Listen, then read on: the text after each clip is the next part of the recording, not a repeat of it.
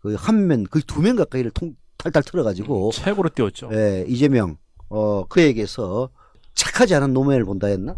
그거는 이제 말하자면은 진보의 제도권에서도 드디어 이재명이 이제 주목을 받기 시작했다. 그런 하나의 징조로 해석해야 될 것 같습니다. 착하지 않은 노무현이라는 표현은 네. 최고의 찬사 아닙니까? 최고의 찬사죠. 그죠. 그러니까 노무현 대통령에게서 가장 안타까운 부분이 아주 훌륭한 정치인이지만은 뭐 이재명 시장도 얘기했다시피 너무 상대방을 인간으로 봤던 뭐 검사와의 대화라든지 네. 뭐 이런 것들에 대해서 매우 아쉬워 많이 하는데 이제 그런 데 대해서 만족해 준다 그런 표현이라고 봐야 되겠죠. 저 기사를 보니까 특별 기획이고 네. 이거는 아주 마음을 먹고 정말 이재명을 진짜 천단까지 올려줘야 되겠다라고 작심하지 않는 이상은 저런 편집, 저런 기사를 쓸 수가 없죠. 그건 그렇지 않아. 그게 저기 제도권 언론에서 안 있어서 그런 얘기를 하는 건데 제도권 언론에서는 충분히 할 수 있는 이야기입니다. 뭐냐면은 우선 갤럽 조사에서 첫 번째 나왔잖아요. 문재인, 반기문이 20%로 공동 1위를 하고 이재명이 18%로 2위를 했고 안철수는 저 밑에 있었습니다. 네. 근데 이번에 리얼미터 조사에서도 마찬가지였어요. 문재인이 23%로 1위를 하고 그 옆에 이제 그 반기문이 18%로 2등으로 확 떨어지고 16.5%로 이재명이 쫓아옵니다. 18%대 16.5%는 1.5% 차이라고 볼 수는 있지만은 오차범위 아니에요. 말하자면은 이제 반기문도 초월할 기세로 지금 쫓아오고 있다. 이 정도 지지도가 나오면은 충분히 제가 보기에는요 앞으로 조선일보에서도 한번 틀어서 충분히 소개할 수도 있습니다. 이게 뭐 이재명을 띄워주겠다는 게 아니고 이런 식으로 급속도로 지지도를 치고 올라오는 정치인이 있다면은 정치부 기획으로서는 충분히 할 만한 그죠? 기획이에요. 네. 이건 뭐 한겨레가 이재명을 띄워주고 문재인을 까내리기 위해서 한 기획은 아닙니다. 다만 이 기획을 통해서 이제 이재명에 대해서 사실 이재명이 뭐 촛불 집회에 나와가지고 아주 그냥 시원한 사이다 발언을 했다 이런 정도는 알지만은 뭐 출신이 뭐 어떻고 이런 건 사실 잘 모르거든요. 근데 한 신문에서 이렇게 다뤄줌으로써 이제 본격적으로 평가받을 수 있는 그 기초는 마련했다 볼 수가 있는 거죠. 그 뭐 언론이 그 대선 후보를 갖다가 띄우려고 그 막 개입하고 이러는 경우에 가장 안타까운 경우는 그 과거 문국현을 띄우려고 오마이뉴스가 아주 총동원됐던 그런 때가 있었습니다. 그래요? 예, 그때 별로 기억이 안 나가지고 그때 정말 난리도 아니었어요. 막 그냥 뭐 보기에도 막 좀 민망할 정도로 문국현을 뭐 거의 뭐 신격화한다고 해야 되나? 뭐 이 정도로까지 하는 기사를 갖다가 그 일주일 동안 계속 일면 탑에다가 뭐 몇 개씩 박아대고 뭐 이러던 경험이 있었거든요. 뭐 스테팬님 말씀대로 저희 한겨레 기사를 읽어보면 제가 초반에 무슨 띄우기라고 썼는데 그런 의도보다는 좀 기획을 하되 이재명에 대해서 쓰다 보니까 이 사람 진짜 컨텐츠가 많구나. 근데 제가 그 기사를 읽어봤는지 모르겠는데 읽어보신 분들 아마 그렇게 느낄 거예요. 이재명이 어떻게 살아왔는지 모르는 사람 되게 많거든요. 스토리가 진짜. 근데 살아온 인생 스토리 자체가 인간극장급이죠. 예, 인간극장이죠. 그러니까 그걸 모르는 사람들이 굉장히 많은 상태에서 이런 기획들이 나오고 사람들이 알게 되면 저는 연말쯤 되면 지지율이 전 더 오를 거라고 봐요. 이재명 시장이. 그건 이제 뭐 좀 추측인데. 약간 다를 수도 있는데 일단 그 이재명의 그 인간 스토리는 매력적인 부분이 있는 건 사실이에요. 그렇죠. 찢어지게 가난한 집안에서 태어나서 오로지 자수성가로 검정고시로 대학을 들어가서 이제 사법시험에 합격하고 또 친구들끼리 모여가지고 야 우리 판검사 되지 말고 변호사 돼가지고 이 사회를 바꾸자 뭐 이런 스토리라든지 이런 것들은 뭐 이런 이재명을 잘 몰랐던 사람들에게는 호의를 만들 수 있는 그 스토리인 건 분명한 것 같아요. 네. 그러니까 가령 이재명 시장이 좀 치명적 약점으로 부각되고 있는 그 친형 문제 있잖아요. 네. 친형 문제가 치명적일 것이다 라고 사람들이 이야기해요. 근데 그 사실 실상 이 사람이 살아온 인생을 봤을 때 먼저 공장 다니다가 검정고시 봐서 중앙대 법 들어가고 사법고시 합격하고 거기서 돈을 벌어가지고 그 친형 문제의 그 친형한테 돈을 대줘서 그 친형이 공부를 해서 건국대 경영학과 가서 그분이 공인회계사가 되고 이런 과정을 보면 딱 다 들어보면 야, 그 친형이 정말 나쁜 사람이구나 라고 이제 생각하지 야 정말 그 형제간의 우애가 안 좋아서 큰 문제야라고 생각 안 하거든요. 저는 그거는 이제 이런 디테일은 중요하다고 생각해요. 디테일은 중요하지만은 그것을 그 우리 시민 K님처럼 판단을 할지 아니면 그 반대로 판단할지에 대해서는 섣불리 얘기할 수 있는 부분은 아니에요. 그러니까 이게 그냥 형제간의 갈등이 심하다 이러면 선입견을 갖지만 디테일의 사람의 인생 내력을 알게 되면 사람의 태도가 달라지는데 한겨레가 지금 이 기획을 띄운 거 이번 한 번뿐만 아니고 계속 시리즈로 나갈 거예요. 나가면 유권자들의 태도, 이재명에 대한 태도가 바뀔 수가 있죠. 전 그렇게 예상합니다. 근데 거꾸로일 수도 있어. 언론이 한겨레 신문만 하더라도 전반적으로 이제 객관적인 관점에서 그에게서 착하지 않은 노무현을 본다라고 썼어요. 물론 그 약점들도 나중에 좀 지적을 하긴 합니다만은. 근데 불행하게도 우리 사회에는 동일한 사안을 매우 악의적으로 쓰면서도 큰 영향을 갖고 있는 그런 언론들이 많이 존재를 합니다. 한겨레 신문처럼 쓰면은 문제가 없지만은 이제 거의 성격 파탄자식으로 얼마든지 또 묘사할 수가 있는 거거든요. 게다가 거의 세체행 말썽 많은 세체행이 성남 저기에 그 박상호 지부장이다. 물론 그러니까 그런 인간이니까 저렇지라고 호의적인 사람들은 평가를 하겠지만은 그 싫어하는 사람들은 저 완전히 가족 관계도 제대로 못하는 놈이 이런 식의 평가를 받을 수 있는 반대적인 측면도 존재한다는 걸 또 부인할 수는 없는 거예요. 다만 이제 그런 것들이 치명적인 약점이 되느냐 안 되느냐를 지금 예단할 필요는 없는 거죠. 근데 그 한겨레가 이런 기획을 내는 거는 팔리니까 이렇게 내면 많이 보니까 그런 것도 있지만 저는 근본적으로 한겨레가 지금뿐만 아니고 평소에 보면 문재인 전 대표에 대해서 호의적으로 쓴 기사는 그 눈에 씻고 봐도 잘 없을 정도거든요. 실제로 그렇습니다. 그게 이제 한겨레 신문의 약점이 호남 정서를 너무 많이 반영한다는 그런 게 좀 약점이에요. 뭐 실제로 한겨레 신문이 과거에도 그렇습니다만은 광주에서는 조선일보를 누르고 제1의 신문 뭐 지금은 모르겠어요. 뭐 구체적으로 부스를 잘 모르니까. 근데 제가 기자 생활을 할 때는 호남에서는 1등 신문이었습니다. 그리고 또 1등 신문이란 그 자부심이 아주 강해요. 왜냐하면은 조선일보 출신들이 한겨레 나중에 주축이 되거든. 조선일보 해직 기자들이. 동아일보보다도 조선일보 해직 기자들이 주축이 됩니다. 또 이게 정확하게 따져가지고 그게 사실이 아니냐라고 사람이 있을지 모르겠는데 제가 아는 한겨레신문의 주요한 요직을 맡았던 분들은 대부분 조선일보 해직 기자 출신들이었어요.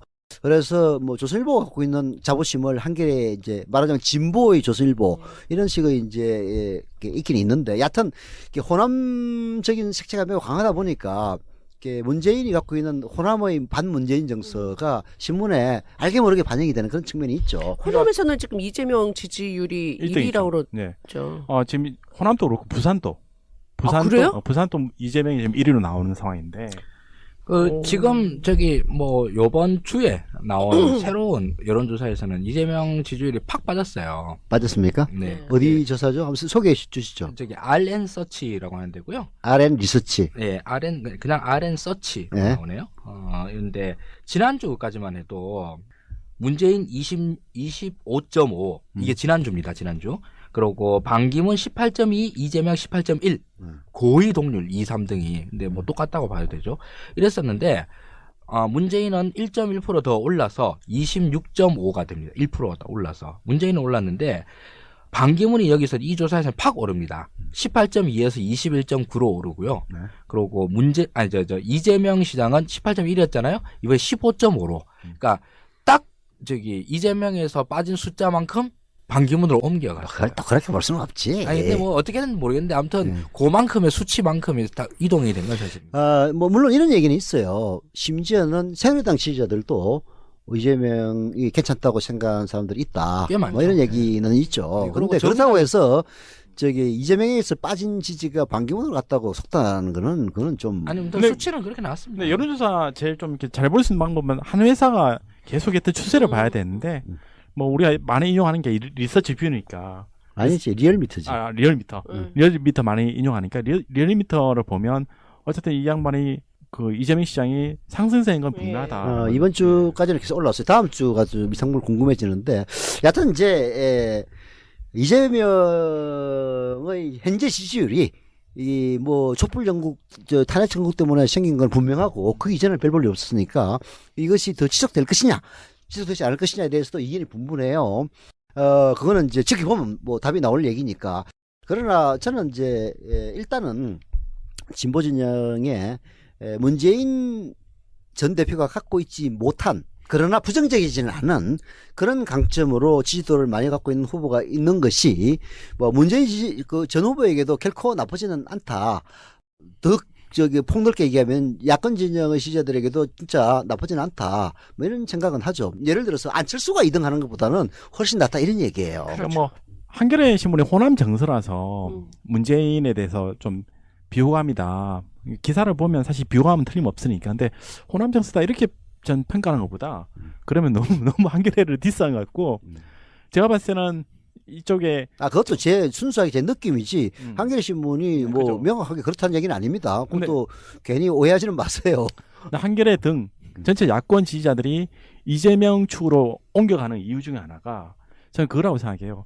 문재인 후보가 아무리 올라가도 23%, 24% 마에 그게 갇혀 있다는 게 제일 큰 것 같아요. 그러니까 갇혀 있으니까 23%, 24% 받아서는 못 이기잖아.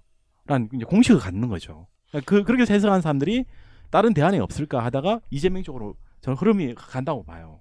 그거를 보고서는 이재명으로 가겠어요? 사실은 거기 선에 머물게 되는 무슨 이유가 있는 거죠. 23% 거기서 계속. 그러니까 저는 이제 언론이 이제 지지자 말고 한겨레나 이쪽에 진보 언론들이 자꾸 그렇게 옮겨가는 이유가 상승세니까. 이걸로는 못 이기겠는데 다른 걸 한번 내세워볼까? 그건 너무 좋은 해석에 불과해. 그건 말도 안 너무 되는 좋은 소리. 해석이야. 근데 저는 사실은 이 이재명을 논하게 되면 전 이거를 좀 꼭 여쭤보고 싶었어요.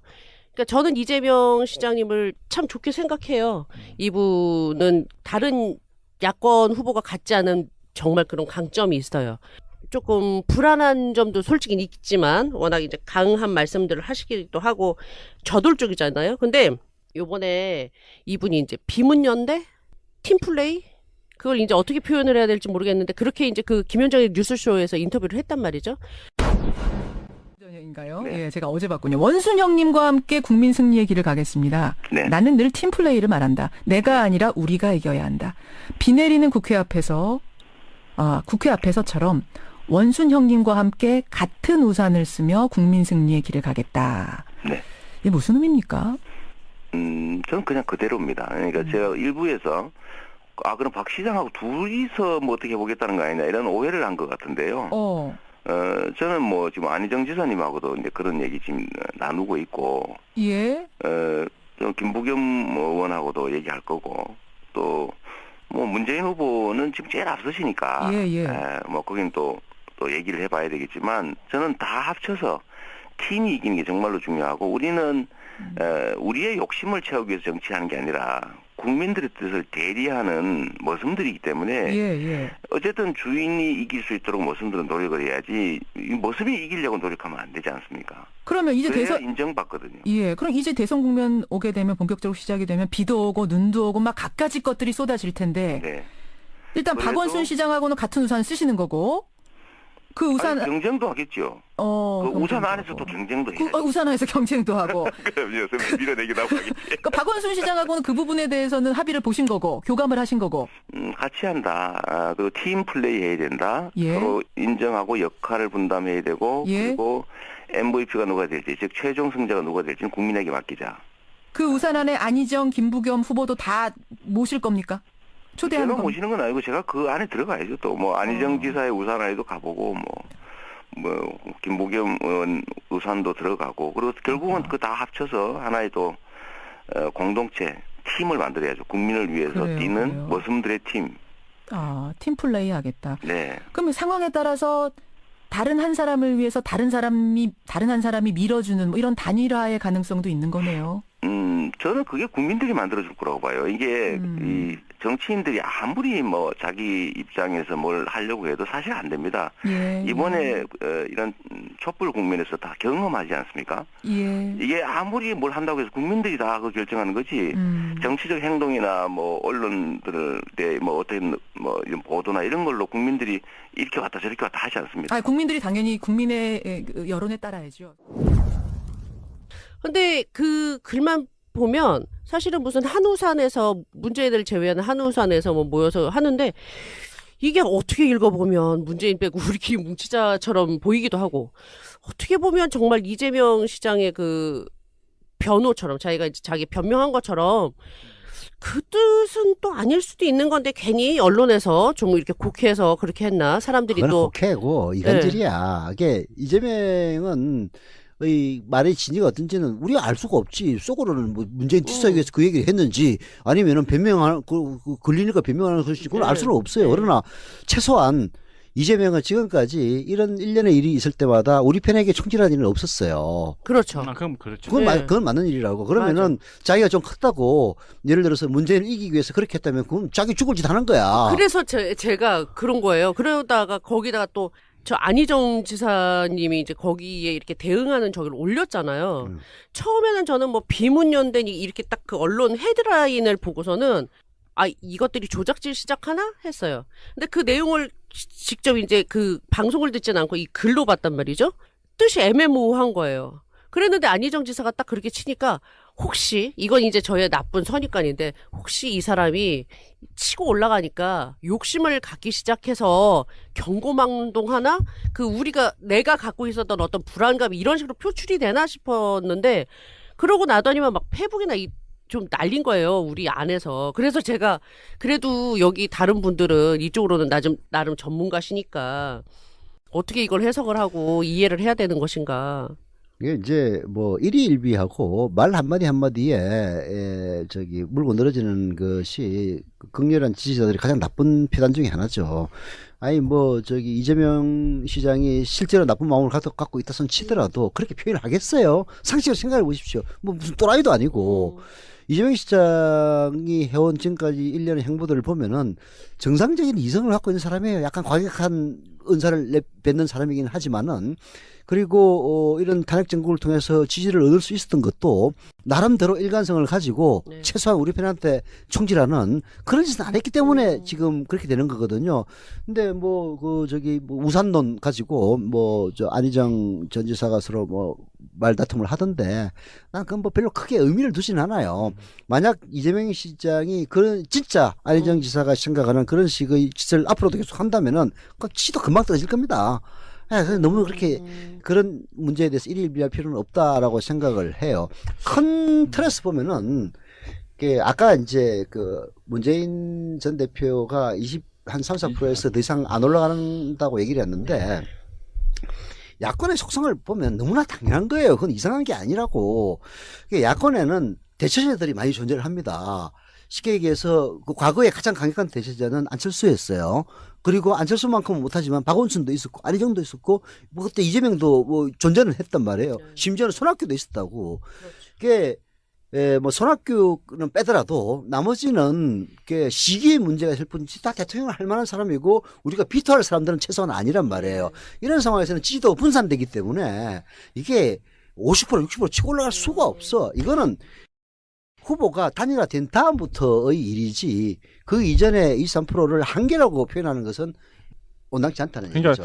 그게 제가 해석하는 게 아니고 기자들을 실제로 만나보면 그렇게 이야기를 해요. 그건 잘못된 그러니까 저는 어떻게 생각하냐면 그런 이야기 들으면 명분을 그렇게 내세우는데 속마음으로는 정말 정서적으로 문재인과 거리가 있구나. 왜 그렇지? 왜 언론이 그렇게 문재인을 싫어할 이유가 있나? 그러니까 진보 언론들이? 문재인이 진보 언론한테 잘못한 것도 없고 호남에 잘못한 것도 없고 아무리 생각해도 왜 그런가는 모르겠는데 그러니까 왜 사람들이 그런가 모르겠는데 명분상은 그렇게 내세우면서 다른 주자를 찾는 거예요. 찾는데 이재명이 또 보니까 이 컨텐츠 괜찮네. 이 사람 사람이 아주 매력 짱이야.